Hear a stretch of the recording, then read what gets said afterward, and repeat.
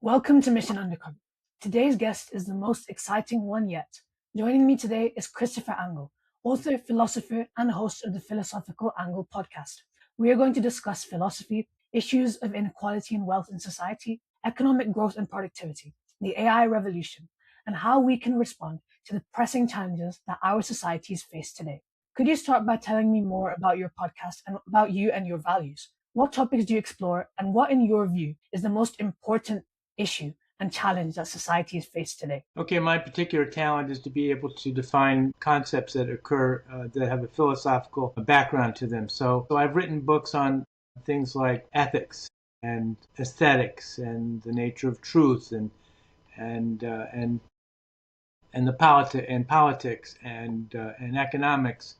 And so I'm able to define these concepts and put them in some cases into mathematical formulas. So the most recent one is probably relevant to and probably the most interesting for today's audience because the title of it is The Nature of the Political Left and Right. And with today's political environment, it's unknown to a lot of people why there is such a divide and what to do about it and how does it occur. And so it's an interesting subject, especially in today's environment. And to give you an example of that, people wonder why there is such a divide. And so we look to what I call there are 7 principles in politics that dictate how politics has evolved and how it operates. And there's one set of dictums for the left and one set of principles for the right. And as you can imagine, they're the opposite. So just to start off, people are wondering why the media is so vehemently opposed to President Trump. And we haven't seen such media vehemence since, I would say, since Ronald Reagan. And why it has happened is that there is the third principle of our 7 is that that the left will look at another person and think that he is not so good, that his nature is bad. And this has religious as well as philosophical confirmation. I know in the Bible it says that all fall short of the glory of God. So there's an understanding that yes, a man is deprived, man is wicked, man is not so good, and the left in their hearts feel that outside of themselves, like others in other political parties or others with other beliefs and understandings, and that they're not so good. But yet the right looks at the same person and might say, well, although he's bad and he falls short of the glory of God, but there is some good about him, and let's try and discover that. Once we discover that goodness, in political terms, we'll come together and negotiate a settlement that will extract that goodness, and we'll be able to move forward. And so compromises are made politically, but at the same time, the left doesn't like giving it up because you're bad. And so they hate giving up very much in concessions and working together. And that's why governments of the world tend to move left little by little. And then suddenly somebody comes in who becomes politically powerful and drags that left-leaning tendencies back suddenly. And they go berserk. The reaction is tremendous because it's happening one way, it goes slowly, but then in the other way, it goes back quickly. And they hate it. And the last time we saw that was with Ronald Reagan. He started to drag that back all at one time, and the press went berserk at that time. So these 7 principles has some bearing on being able to explain what's happening in today's and probably the first thing we need to be able to understand is when considering politics is where the political party came from in the first place. Why is there a political party? Why are there divides? Well, it all starts when, anthropologically speaking, when there weren't so many people spread around the globe. In fact, very little, and when there were all coming out of Africa, and we lived in tribes. And when we lived in tribes, everybody knew everybody else, as the anthropologist and zoologist Desmond Morris pointed out. And when everybody knows everybody else, everybody's pretty equal, and everybody gets along. And so what happens, though, is that when you're in a tribal situation, or in any group, and not only for humans, but for other mammals that travel in packs and and groups, we can notice as the first, I'm going to call him the first anthropologist in history, St. Augustine knows that one person will tend to dominate. One male will rise and dominate. And in the early tribal situations, that happened. One is a little bit stronger. One man's a little bit stronger, maybe a little bit more intelligent, maybe a little more influential in some ways. And he rises and becomes the leader of the group. And so all groups tend to have a leader, and not only for men, but for animals also.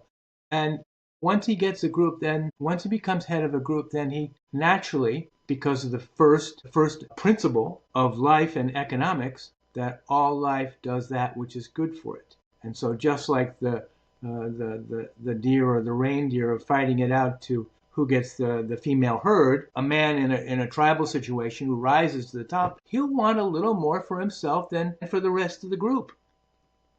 And for the rest of that group, he extracts a little bit of goodness for himself as being the leader and naturally wanting more for himself, which is observant of the first principle of life and the first principle of economics in general. So he rises to the top, and then that causes the first political party. He now represents the haves, and the rest of the tribe represents the have-nots. And so history evolves, more people come into the world, and more people travel throughout the world and settle throughout the world up into Europe and into Asia. And as the groups expand and become more prolific and get and grow, and what happens is that not everybody knows everybody else in society. And thus you have the first time you get man's inhumanity to man, because not everybody is known throughout all of the tribe. It becomes a society where king arises, and thus you get a clear distinction between the have-not of societies and the haves of societies. And throughout history, that's the way it's always been: haves and have-nots. And the kings and queens, and they need help in performing their edicts into society. And what happens is that they hire an aristocracy. They hire their knights. They hire their enforcers. They hire their armies, they hire their sheriffs, they hire everybody that can help them, and they are part of the aristocracy, and these are part of the haves. They look down upon the have-nots. So now that we've discussed the first three dictums of political society, we now have to discuss the fourth. So all society throughout the last 2, 3, 4,000 years are ruled by the haves over the have-nots, because they're become the kings. And they start all the wars, and because once they get everything from their own societies, they want more, so they invade their neighbor, and that causes war. And so, because the neighbor doesn't like it, and so they've got thousands of wars for a couple thousand years. And then suddenly, throughout history, every once in a while, what happens is that the have-nots rise up. They get so downtrodden that they rise up and they revolt. And that's called a revolution. So there are two types of war: regular war, and then the wars initiated by the have-nots, and that is called a revolution. And so we've had some great revolutions, and the most significant ones were 1688, the English, when the English created their Bill of Rights, not as strong as the Americans, but gave some rights to the people away from the king. And then the American Revolution happened. And then the French Revolution happened. And the most remarkable thing that occurred when these two revolutions came about is the advent of democracy. And so suddenly, kings could no longer dictate their own particular priorities. And suddenly, they had to convince the have-nots to vote for them. And so now we're going to get some big divides in the political system, because the haves have to convert from dictatorial, totalitarian, to working with the have-nots, working with the other side. And so as time goes on, you get a bigger divide. So then after the French Revolution, the aristocracies kind of hanging out in Europe and going, because some of them have not yet converted over to democracy, they're hanging around in the 80s going, well, we don't want that to happen to us. We don't want that French Revolution coming over and everybody chopping our heads off. So here's what we're going to make it. We're going to make a deal with the have-nots. We're going to say, we, the aristocracy, are going to always supply for you, the have-nots, we're going to always supply a base living so that you'll have enough for food and you'll have shelter, and we'll take care of you. We won't be as cruel as we were in the past. And that little theory was called noblesse oblige in history, and it came about in the 1820s. And then that idea gained some strength, and in 1848, famous book, the Communist Manifesto, was written, and the second, and about the same time, the second French Revolution. And so what happened is that then you had socialism got a real firm grip on society and started to expand. And the idea that the poor shall be helped by the government expanded. So that is principle number 4, noblesse oblige, the obligation that the have shall help with the have-nots. That idea expanded and is still around today. As you can see in government programs throughout the world, try to help the poor, as per the that dictum. But then you get dictum number 5, um, which is that famous Lord Acton statement that power tends to corrupt, and absolute power corrupts absolutely. When you have a totalitarian, when you have a king, and throughout the history of kings, and now within the history of totalitarians, in any place where you have total authority, and I don't know if you've ever read Solzhenitsyn's First Circle and his depiction of Stalin. It's remarkable, and it gives insight into about what I'm about to say. So anytime you get a totalitarian, a king, queen, president totalitarian, like in North Korea or whatever, they believe, because power corrupts, they believe that their priorities are the only priorities that matter in the world, and especially for their society. And the reason for that they believe that, is that once you become all powerful within your society, and your mind becomes corrupted, it becomes corrupted because you realize you don't have to cooperate. And if you don't have to cooperate, then only your priorities matter. And thus you got certain beliefs by the kings and all totalitarians that they were God's representative on earth. That was called the divine right of kings. So as they believe that they don't have to cooperate with others, then they don't have any ethics, which leads us into the next principle. Because ethics is the appropriate dispensation of respect. And respect is the anthropological mechanism by which we are able to cooperate with each other. And we cooperate with each other in order to produce goods and services. And we produce goods and services in order to bring us up away from misery and bring us into life which has goodness. And so that's the principle of ethics, is to be able to allow us to produce more goods and services through respect of the other human being. And what happens to the totalitarian leader is that he knows that he doesn't have to cooperate anymore. He can just order people to produce goods and services. And when he doesn't have to cooperate anymore, he has no respect for those who work for him. And when he has no respect, he has no ethics. And so when you have no ethics, all that is left in his heart is that the end justifies the means. And if you take a look at all the kings and queens throughout history, if you take a look at all of the totalitarian leaders, present and past, you see that they could kill, or they could dispose of, half their population. 50 million. Mao, 50 million. Stalin, probably 50 million.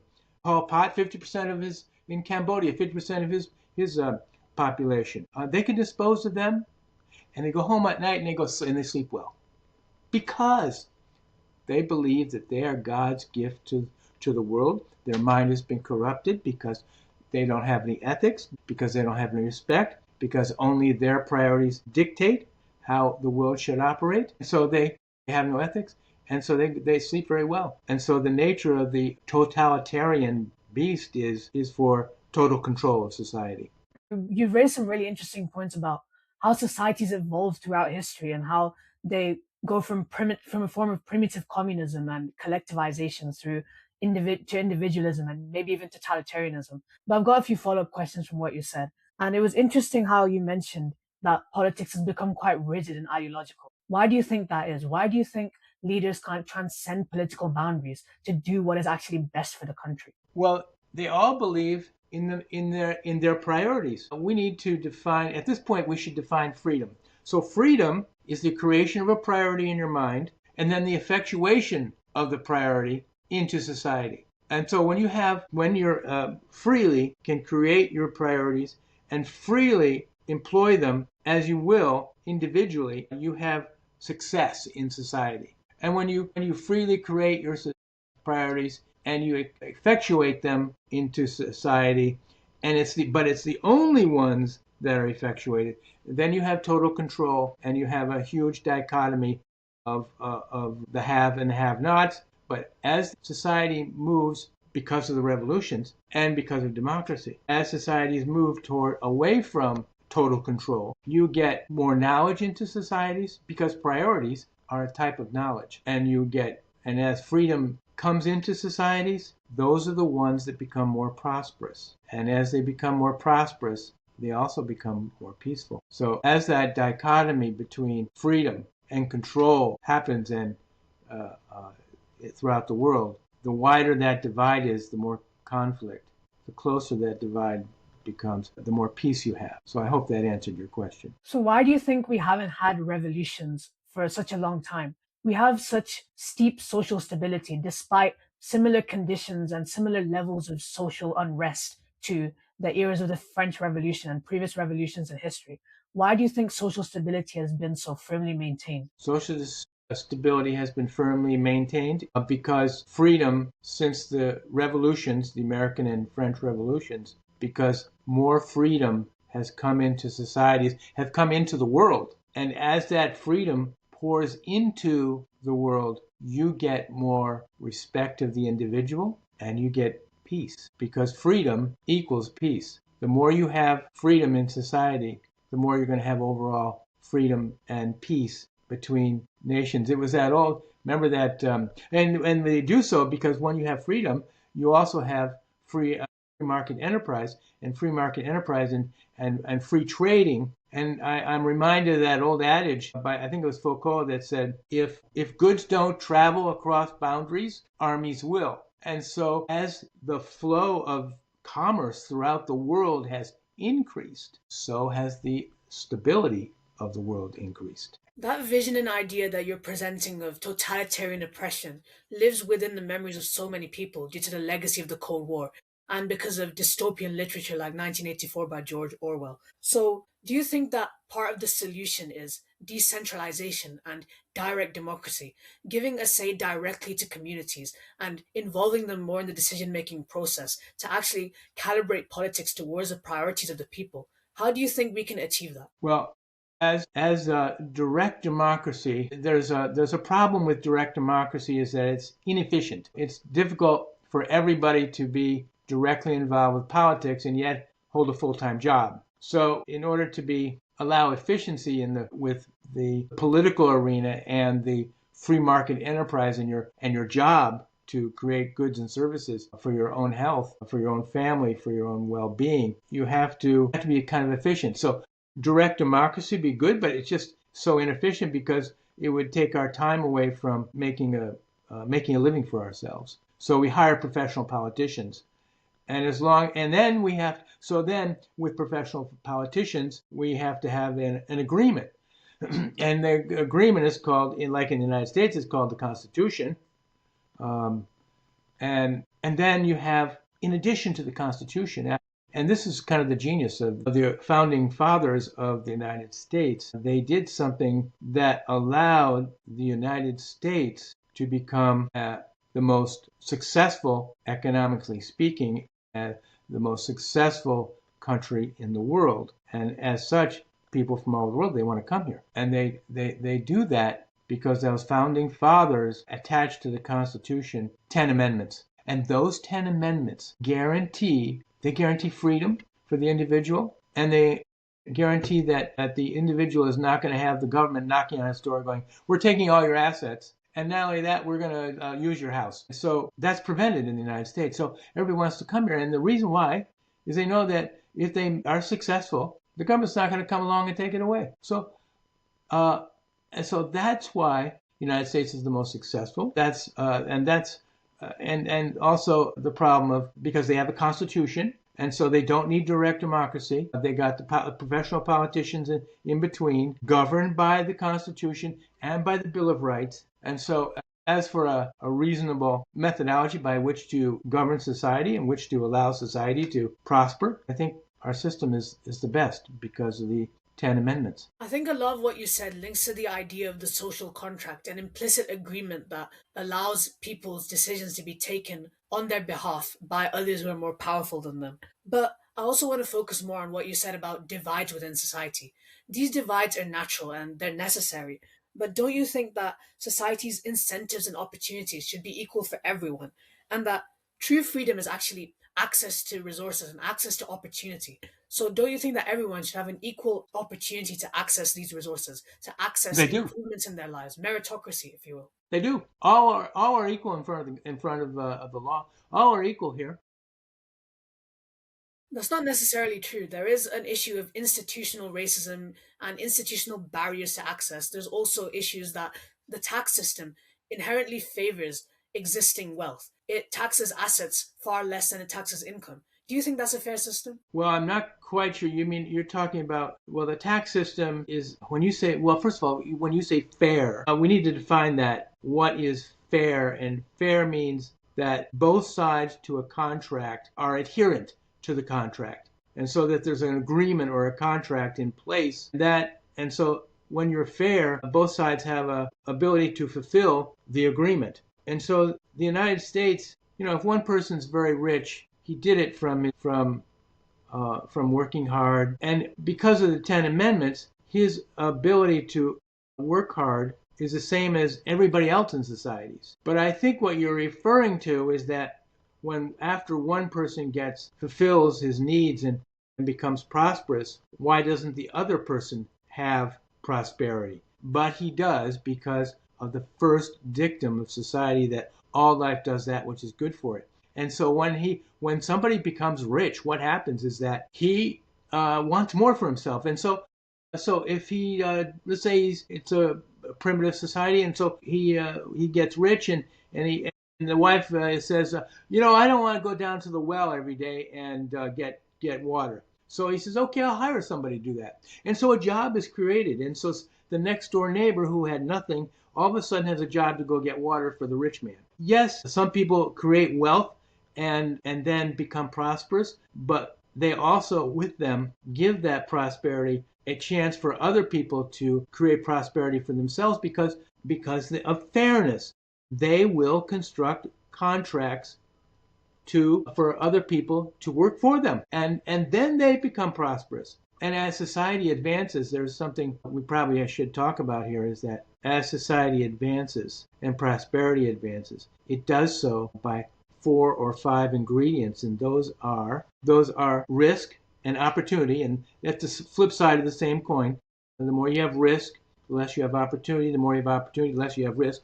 So risk, time, effort, information, knowledge, complex, and if it's a product, you got to add in material. So as societies become more advanced, and they become advanced by taking one of those 4 ingredients of a transaction, of an economic transaction, they take one of those 4 ingredients and they add in more, like they'll work harder.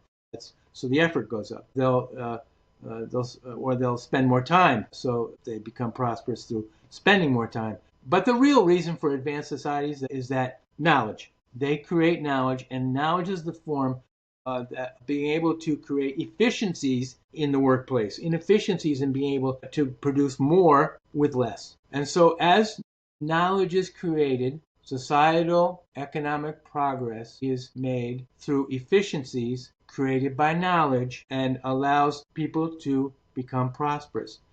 And so the way, if neighbor A goes out there and one of those 4 or 5 ingredients increases his lifestyle, his neighbor can do the same thing by increasing his knowledge. And so knowledge is one of the very basic ways that society can prosper and grow. So to answer your question, yes, some people prosper more than others, because of those four or five ingredients. But the other ones can get also because their opportunity is equal. They have access to all four of those. If they have access to all four of those, four or five of those ingredients, they too, especially the knowledge part, if they too go out of school and get more knowledge for their lives, and they too can prosper almost anywhere I here in think the what you're United saying States. isn't really correct because the access to opportunity isn't actually equal because people who are from a poorer background can't access education as easily. Look at how expensive university is. Look at how the people who have inherited wealth and people who are born into wealth can just make an advantage in society by buying their way through society, by getting private schooling, by improving their position through their existing position, not through any form of merit, but through inherited wealth. And often that inherited wealth is a product of ill gotten gains and immoral gains. So that wealth is not inherently justified. Well, you've mixed a couple of different problems there, I'm not but saying that merit isn't real, but our societies aren't inherently meritocratic. Merit is the exception, not the rule. so as I mentioned, with the ingredients of any transaction, the first ingredient was risk and opportunity. And so you are by risk, and that's the nature of the world. Some people are born with better opportunities, and some people are born with less opportunities. And that's due to risk because we're not all in the same place at the same time under the same circumstances. So the purpose of society is to give as much opportunity to those who don't have as much when they start. So that's not to say that those who have already got prosperity, that's not to say that they're wrong. They were right to make themselves a better life. And those who don't have a better life, they need to be afforded the opportunity through their effort, their time, their knowledge. And as long as that's afforded, their life will get better. And that's all we can ask of the world because the world is filled with risk and not everybody is born in the same place at the same time. The point is that poorer people are not as insured against risk as richer people are. And also, people who are already rich are insured from losing their wealth because of the way the system operates. The people who are already in wealth are maintaining their wealth because of the perverse incentives of society that are keeping them within their position whilst locking other people out of ascending to their position. So, do you think that it's necessary to recalibrate society to favor everyone equally, to have equal access to opportunity? Because opportunity is not equally accessed right now, even though it should be, because that is how meritocracy should work. That is how ethical and moral capitalism should work. But that's not the way our system is operating. And that is a reality that's continually denied by the people who are in power because it serves their interests. Well, it depends on what country you're talking about. It depends on where what locale we're talking about. It depends. Like, for example, if an individual is in the United States, all he has he's afforded any opportunity to go to school, learn, and do well if he wants. But that's not true of other places because there's no other country outside the United States that has the 10 Amendments that guarantees opportunity for everybody. That if you work hard or if you try more, if you create more knowledge for yourself, that you'll be able to prosper. It depends on your area, your place, and what documents and what mechanisms are in place to protect the poor. And so the poor were never protected until the revolutions. And then the revolutions came about and said, "Hey, we're the downtrodden. We're here too, and we're going to cut your head off because you have not behaved well with us." And I think that's the argument you're presenting, that the downtrodden, the have-nots, still have their problem of being have-nots. But society over the last 200 years since the American and French revolutions have done much better in places that allow the have-nots their rights to formulate agreements and contracts and go out and cooperate with others to do better. And as long as you have that protection, as afforded by the 10 Amendments, as long as you have that protection, then your risk goes down and your opportunities increase because the government, because the haves, because this agreement in between the have and the have-nots is now relevant to all, have and the have-nots. And as long as you have that opportunity, then the have-nots will eventually all do well. As you can see in the United States, we have very little poverty here. And so if that document, if that agreement were to be placed throughout the world, you'd see tremendous wealth created throughout the world. I agree that the strength of institution really is necessary to maintain people and to support them in society. But in this sense, the Constitution is a paper tiger because the government of America and the government of other Western nations are so beholden to corporate interests. And because of the pernicious influence of lobbying, they're constantly catering to the interests of the wealthy. So the interests of the working poor are continually neglected. And the Constitution doesn't really seem to be protecting the people of America from the encroachment of the expanding American authoritarianism under the Trump regime.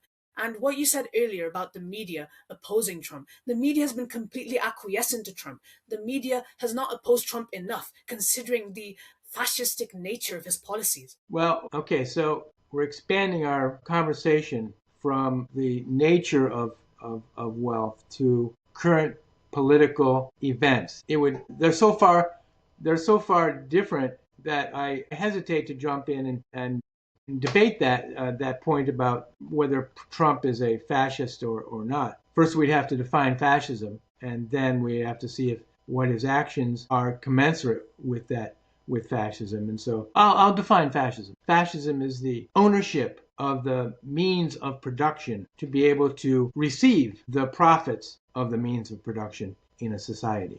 I don't know. Do you agree with that? No, I would say that's communism. Fascism is a form of all encompassing state control. What's the difference? You said all-encompassing state control. That is just what I said, that fascism is the ownership of the means to production, which is equal to all the companies. Well, do you dispute that the Nazis were fascist? Do you agree that the Nazis were fascist? Yes, because they The got Nazis did not control, control the means of production. There was immense and vast private industry during the era of the Nazis. but those companies were influenced. They didn't own.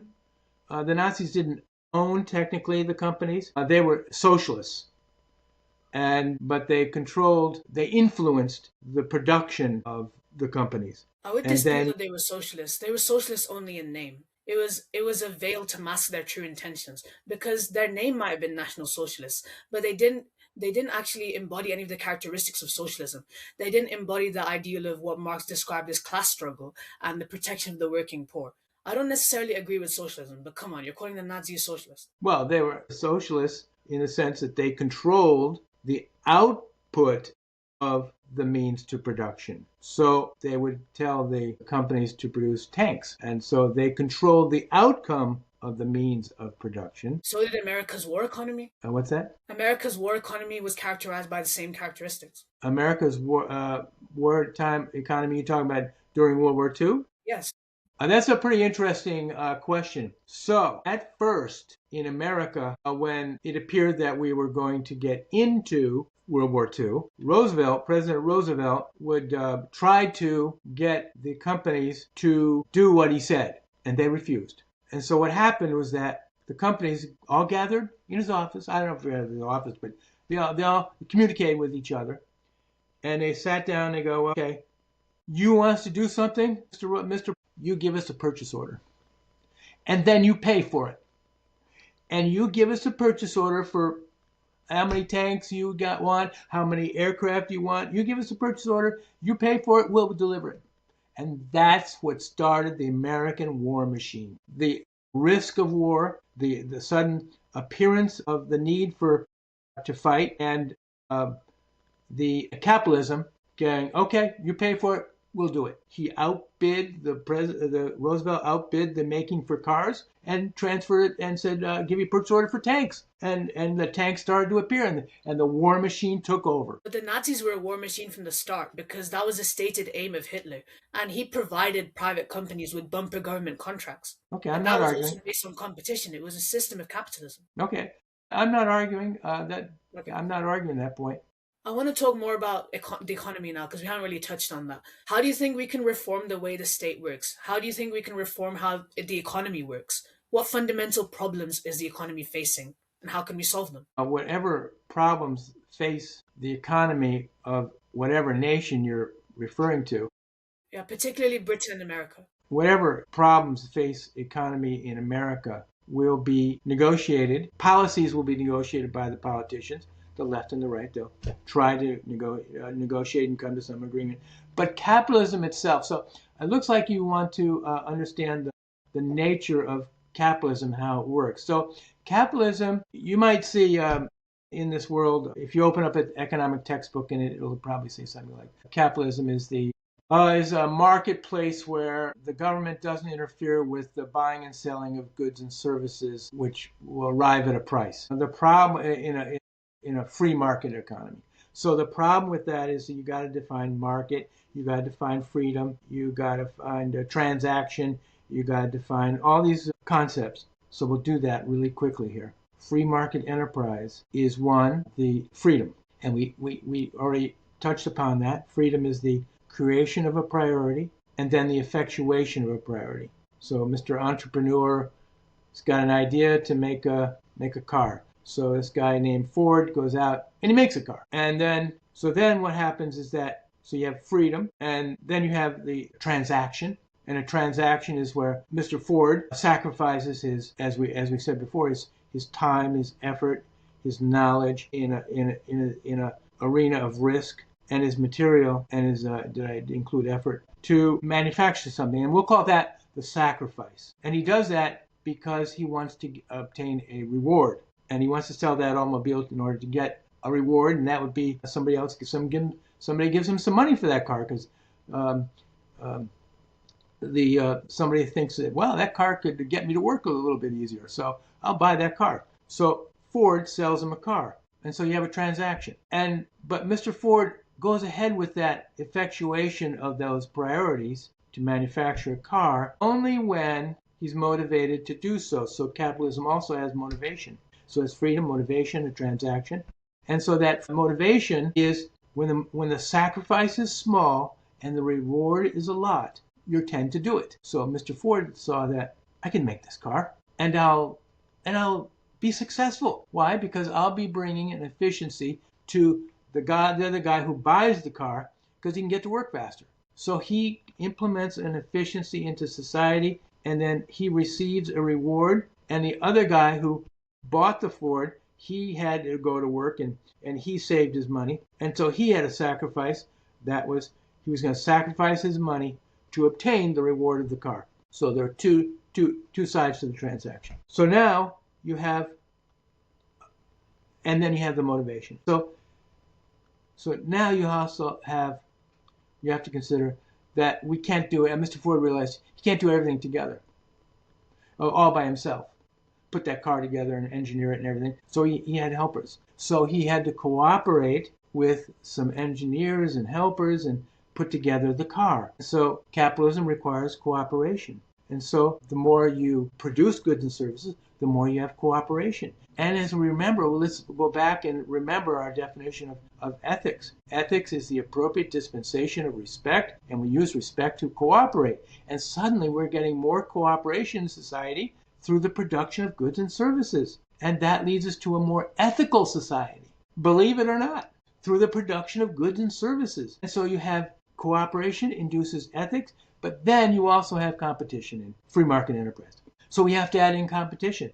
And what is competition? Competition, remember we talked about freedom and that it's the creation of a priority and then effectuation of that priority. Well, when you're in a society with other people, they may have the same priority. So when Mr. Ford creates a car, then he goes out and wants to sell it. Somebody else in society is also looking at that. Maybe a guy named General Motors is looking at it and going, I can make that car too.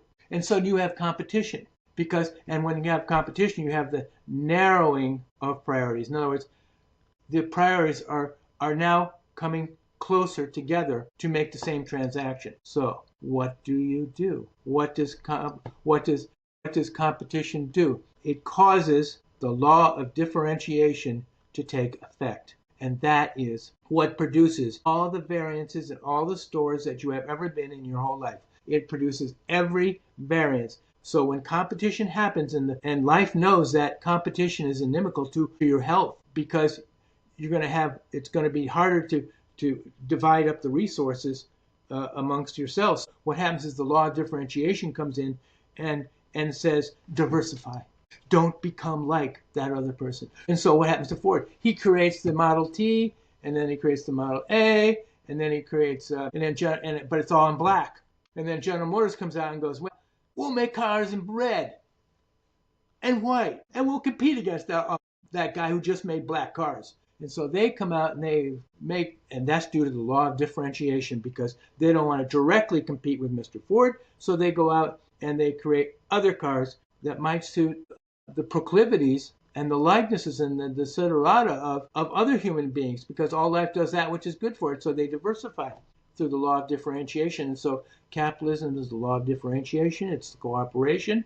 It's ethics. It is the transaction. It is motivation, and it's freedom, all working together. And that's how free market enterprise. And the great thing about it is that when you produce something, you get a return. The reason why you get a return is because it's a reward. And we only do it because we see that there's some goodness in buying that article, and on the manufacturer side, we only manufacture because we see that our product has goodness that will be useful to somebody else, and we'll cooperate together. And so you manufacture more goodness, which brings us up away from misery, and that is the nature of free market enterprise. And we do it peacefully and ethically, because in order to do so, you need cooperation. I think competition and free markets are really important parts of modern society, and they're far preferable to bureaucracy and state planning, which don't give a freedom to people to actually make choices and provide people with different paths to choose and different ways to consume and produce. But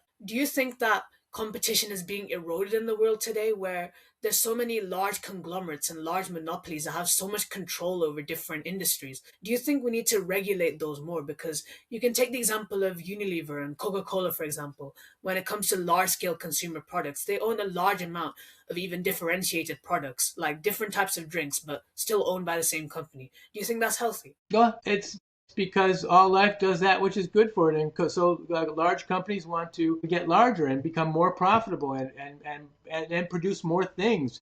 And they'll produce different things because of the law of differentiation. However, the law of differentiation doesn't just sit there. Other people come around. And so about 50 years ago, a couple of computer companies started happening, and they bring an efficiency into the marketplace. And they become, and they grow, and they become prosperous, and then they'll teach the other companies how to become prosperous, and little companies will grow and become more prosperous and compete with the bigger companies with newer ideas and new products.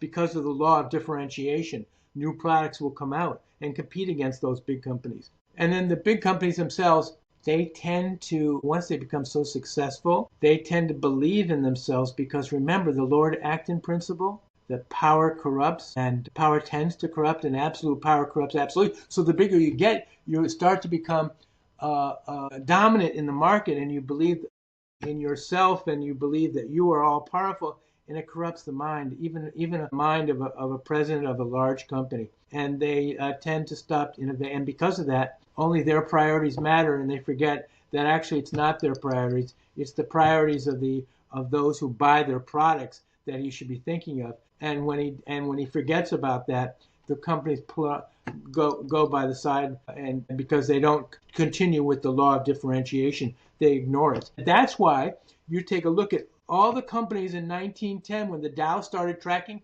large companies, and they're not existent today. Maybe a couple are. Maybe General Motors and Ford, which came along later. But for the most part, they're all gone. And what now dominates the Dow? The Dow is now dominated by other new companies. And so that law of differentiation and freedom, which causes the effectuation of priorities, all produce new companies, all produce new goods, all produce new services, and the cycle goes on. How do you think governments can foster that innovation and create that economy of creative destruction, as Schumpeter described? Okay, so the United States, I have to admit, does a pretty good job in fostering productivity in the nation, and they do it because they take some extra money that they'll get, and they give it to the universities, which have which are governed are nonprofit organizations that are deal in the product of producing knowledge. And so there's a synergism that goes with between the government giving grants to places that have good research outfits, and they come up with a lot of good things. And so you come up with so many innovations from that. For example, the space program in the United States back in the 60s was funded by the United States, and a lot of universities helped develop the products. And one of them was one of those products was a spacesuit to keep the astronauts comfortable against the radiation when they're out there on the moon. Well, that material is now on in every single running pair of running shoes in the entire market. So that research produced a very utilitarian product in which I don't know how many companies come out with running shoes. And so that was all from initial research, from initial government giving that money to the universities and those who can do the research. And so, yeah, so I think the United States does a pretty good job in giving research to create more knowledge. And thus, really, our universities are the best in the world. And they produce all the knowledge. And most of the Nobel Prizes are right here. And so most of the knowledge is produced by the universities and the large companies and Do small you companies. think do you think there should be any nationalized industry at all? A nationalized industry. I do. There is one thing that should be nationalized and made a private company. Well, I should say not nationalized, but made like a utility company, which has the limits. Their profits are limited, and that's welfare. The United States gives out too much welfare to too many people, and most of it's stolen, as we can see in news presently. How Minnesota, I think. yeah, in Minnesota, how it's stealing billions of dollars. So how do we prevent that? We prevent that by taking, instead of receiving direct from the government, we create, or these NGOs, we create a for-profit, and we limit the profit of a company, a utility company that administers welfare payments. So I think that should be nationalized. Okay. To finish, which philosopher or economist or politician do you admire the most? Who's inspired you the most? Your present day or throughout history? Throughout history, present day, anyone. Adam Smith, man. Adam Smith, the professor from The founding Scotland. father of economics. Yes, that's right. I'm really inspired by him as well. He's really outlined stuff that's still relevant today as well. That's right. That's right. Thanks so much for joining me. If you enjoyed that, make sure to subscribe, share, and follow, and also check out the Philosophical Angle on YouTube. I really want to speak with you again sometime because that was really interesting. This has been Mission Undercover, and I hope to see you all next time. Bye. Thank you.